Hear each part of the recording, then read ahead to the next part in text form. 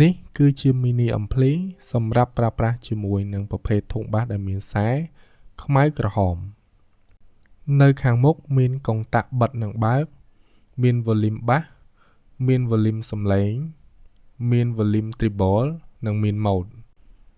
នៅខាងក្រោយមានរុនដោតភ្លើង DC 12V មានរុនដោតខ្សែក្រហមខ្មៅចំនួន4មានរុន RCA ចំនួន2